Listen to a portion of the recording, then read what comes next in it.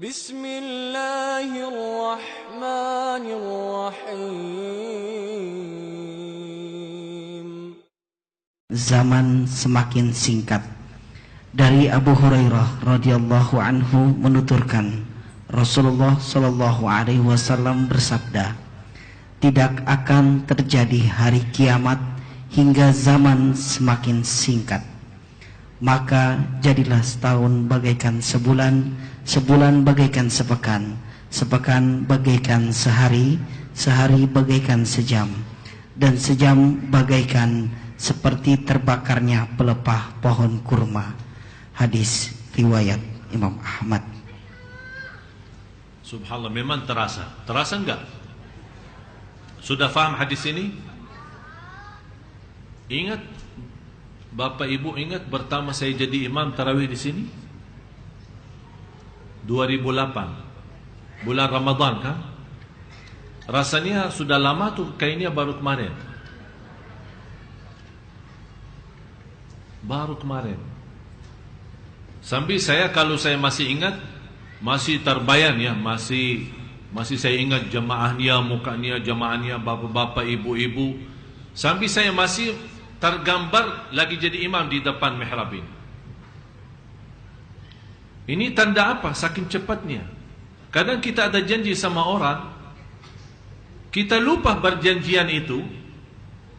Tiba-tiba ditelepon, enti di mana? Ana tunggu lama. Kenapa? Ini kan sudah hari Rabu, kan janjian. Astaghfirullahaladzim, ya Allah, ana fikir janjian minggu kemarin. Jadi saking orang tidak merasa, karena saking cepatnya, jaraknya, waktunya. Orang-orang yang dulu berjalanan jauh, mungkin ibu-ibu yang sudah usia bertemu orang tuanya, nenek kakeknya, neneknya yang dulu berangkat haji pakai kapal, bisa bermingguan, bisa berbulan-bulan kan? Menurut saya orang dulu kalau bikin acara keselamatan, fantas acara keselamatan dulu, karena orang yang berangkat belum tentu pulang. Saking jauhnya. Sekarang ini termasuk juga salah satu ciri yang dulu berjalanan bisa berbulan-bulan, sekarang hanya bisa berjam-jam. Ini juga termasuk ciri-ciri hari kiamat. Disingkatkan waktu, cepat. Malah belum kita kenyang tidur, sudah dibangunin, sudah sampai Makkah ini. Subhanallah. Jadi yang kita hitungkan, 1 minggu saja menjadi seperti 1 hari.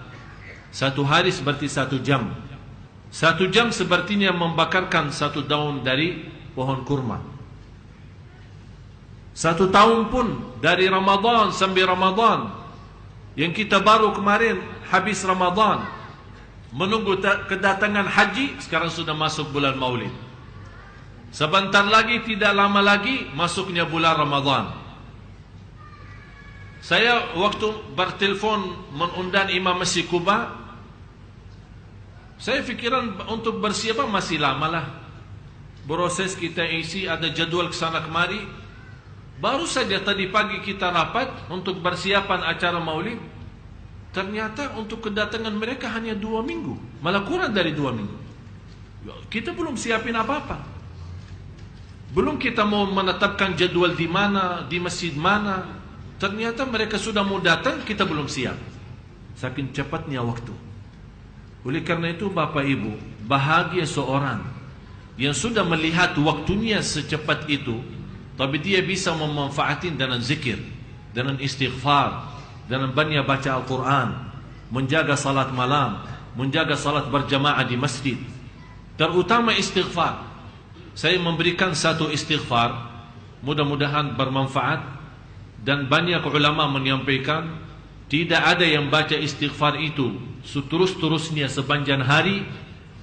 Setiap kesusahan Allah berikan kemudahan, dan setiap kesempitan akan Allah bukakan pintu rizki seluas-luasnya. Astaghfirullah alladzi la ilaha illa huwal hayyul qayyum wa atubu ilaih. Saya ulang lagi. Astaghfirullah alladzi la ilaha illa huwal hayyul qayyum wa atubu ilaih.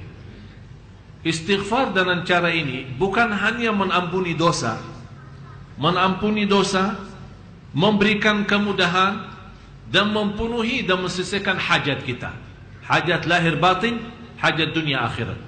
Tapi ingat satu hal, banyak orang ingin lewat istighfar Allah cepat mudahkan. Dia punya masalah fitnah, masalah dosa, masalah maksiat sudah bertahun-tahun. Begitu dia sadar, saat dan kapan sadar? Bukan sadarnya karena habis dosa maksiat, tapi dia mulai sadar kebetulan lagi menghadapi sebuah cobaan, ujian yang membuat dia stres sampai galau. Habis itu dia sudah tak punya jalan kemana, bingung dia tak tahu kemana. Akhirnya dia berkata, Barna Ustaz Ali berkata istighfar pasti memberikan kemudahan.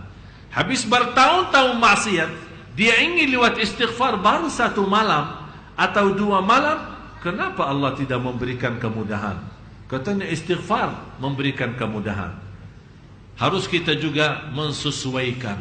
Kalau memang bertahun-tahun kita maksiat, harus juga berusaha sebanyak-banyaknya istighfar. Jangan mengharap dan segera Allah berikan bantuan.